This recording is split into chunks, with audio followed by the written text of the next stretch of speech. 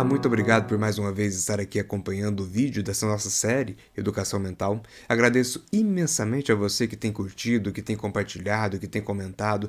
Muitíssimo obrigado. E lembre-se, se esse vídeo fizer sentido para você, se for bom, compartilhe com várias pessoas para que elas também possam aprender alguma coisa nova e eu também possa aprender com você.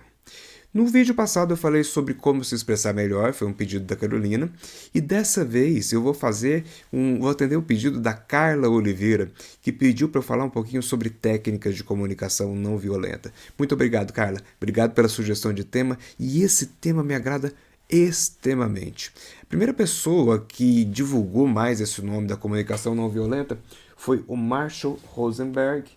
Podia ter preparado antes, né, gente? Esqueci desse detalhe aqui. Marshall Rosenberg, que é um psicólogo, e começou a falar sobre comunicação não violenta, especialmente para a juventude. Foi um foco inicial. Agora, a primeira coisa que eu quero falar sobre isso é uma pergunta reflexiva. A pergunta é: para que ter uma comunicação violenta? Para quê? Não existe necessidade de ter uma comunicação violenta se nós temos condições de conversar, de argumentar, de negociar, de entender, de raciocinar. E eu gosto muito de usar o seguinte exemplo, é um exemplo para chocar mesmo, um exemplo chocante. Eu falo o seguinte: se nós somos animais racionais, eu já falei sobre isso em um dos vídeos anteriores, nós devemos usar a racionalidade para resolver as coisas.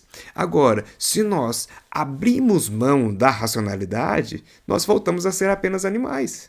Pessoas muito violentas, elas estão deixando a racionalidade caindo para os instintos. Vou repetir. Adoro repetir as coisas, né?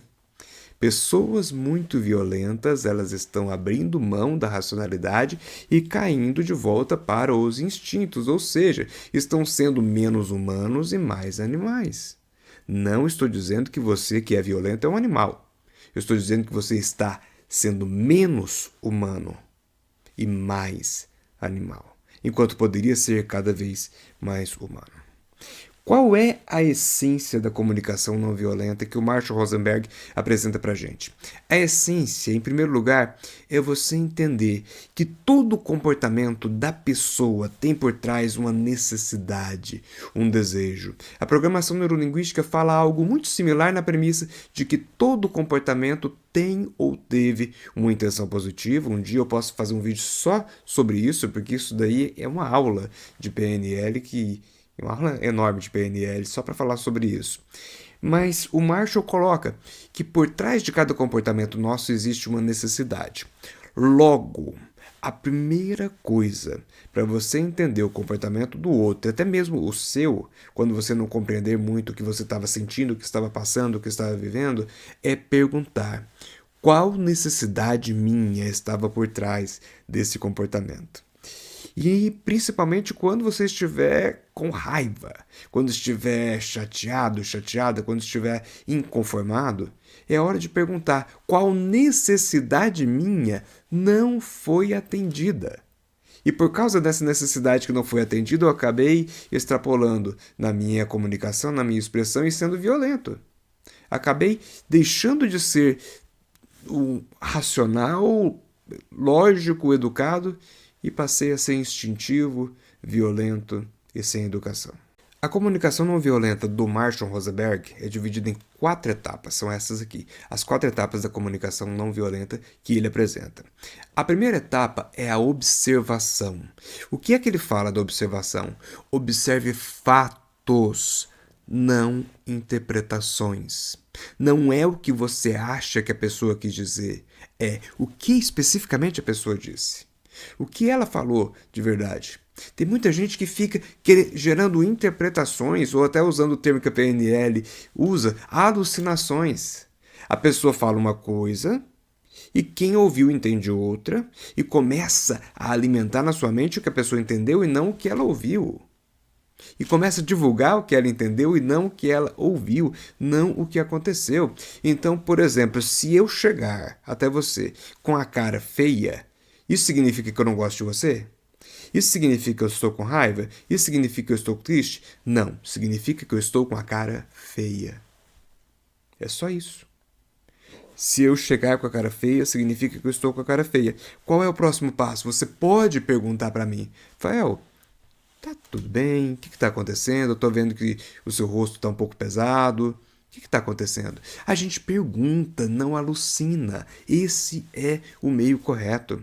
Se alguém é mal educado comigo, não significa que a pessoa me odeia, não significa que ela quer me passar a perna, não significa que ela quer me derrubar. Significa que ela foi mal educada comigo. E eu posso virar até a pessoa e perguntar: Oi, você falou de uma forma mais pesada comigo? Eu gostaria de entender. Eu fiz alguma coisa? Eu preciso corrigir alguma coisa com você? Olha a diferença do que é uma comunicação não violenta, racional, para uma comunicação mais violenta, que eu simplesmente sairia agredindo o outro, devolvendo com a mesma patada que ele me deu. A gente tem o hábito de usar essa expressão, né? A pessoa deu uma patada na gente e eu acabo devolvendo com a mesma patada se eu não compreendo. Então, primeira coisa é observe os fatos, o que realmente aconteceu, o que especificamente aconteceu. Eu amo levar esse tema para as empresas porque é tão comum saírem fofocas, né? A Rádio Peão é tão comum saírem conversinhas aqui e ali, porque é normal o colaborador às vezes ficar chateado com o colega ou com o chefe, ou o chefe ficar chateado com o colaborador. Isso é normal, isso acontece o tempo todo. Agora, essa conversinha, né, na Rádio Peão, a fofoca, nem sempre é útil, muitas vezes ela é nociva. E as alucinações no dia a dia, nossa, essas alucinações, elas derrubam a gente, derrubam a convivência. Então, em primeiro lugar, fatos. Observe o que realmente aconteceu e, em seguida, faça as suas investigações, entenda o que está acontecendo. A segunda etapa da comunicação não violenta são os sentimentos. E a pergunta é: como é que você se sentiu diante daquele fato? O fato realmente aconteceu. E como é que você se sentiu? Isso auxilia extremamente na hora de uma conversa, porque, por exemplo, vamos supor que o seu marido ou a sua esposa chegou tarde em casa. O que significa isso? Significa que ele ou ela chegou tarde em casa. Só isso. Não significa que está te traindo, não significa que não gosta de você, nada disso. Significa que chegou tarde. Mas, qual foi o seu sentimento diante disso? Talvez você tenha se sentido triste, talvez com medo, talvez com raiva. Sentimentos são inquestionáveis. Comportamentos são questionáveis. Sentimentos são inquestionáveis. Logo, na hora de conversar com a pessoa, o que você vai dizer? Em primeiro lugar, o fato.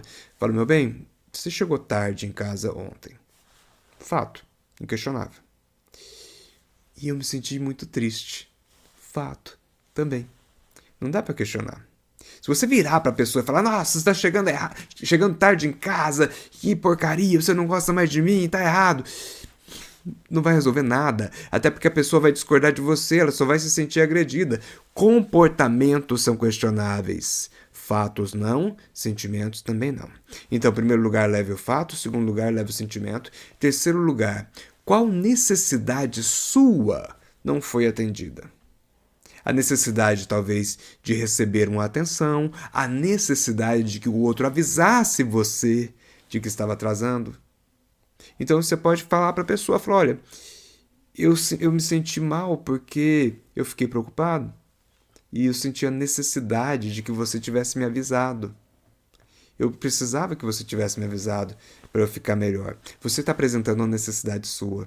Ou, vamos supor que você se sentiu menosprezado, menosprezada, você pode dizer, eu me senti menor porque eu tenho a necessidade de uma certa atenção, uma informação.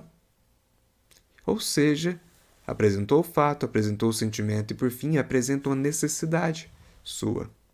E a última etapa da comunicação não violenta é o pedido. Qual é o pedido? Da próxima vez você pode me avisar? E a pessoa dizendo que sim ou que não, ela vai apresentar os argumentos dela, você agradece. Mas o ponto principal de tudo isso aqui, gente, é ter empatia.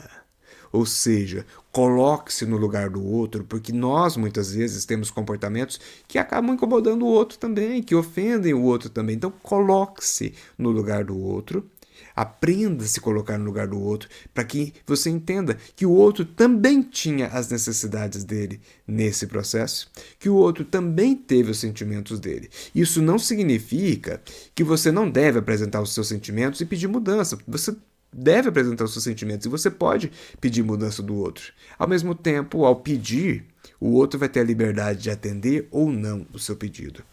Então, Carla, e cada um de vocês que está assistindo, para ter comunicação não violenta, em primeiro lugar, observe os fatos e não as alucinações. Segundo lugar, respeite os seus sentimentos, as necessidades, mas também respeite os sentimentos e as necessidades do outro, porque o outro também faz parte dessa história. E isso significa ter empatia, ou seja, colocar-se no lugar do outro. E eu finalizo do mesmo jeito que eu comecei.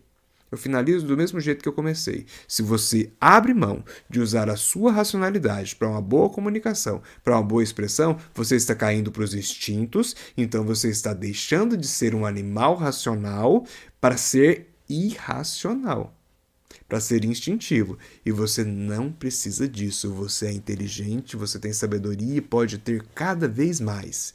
É só uma questão de usar, praticar, treinar e tornar isso um hábito na sua vida. Eu espero que esse vídeo também tenha sido útil. Se você gostou, curta, compartilhe e envie para cada uma das pessoas que precisa ouvir isso.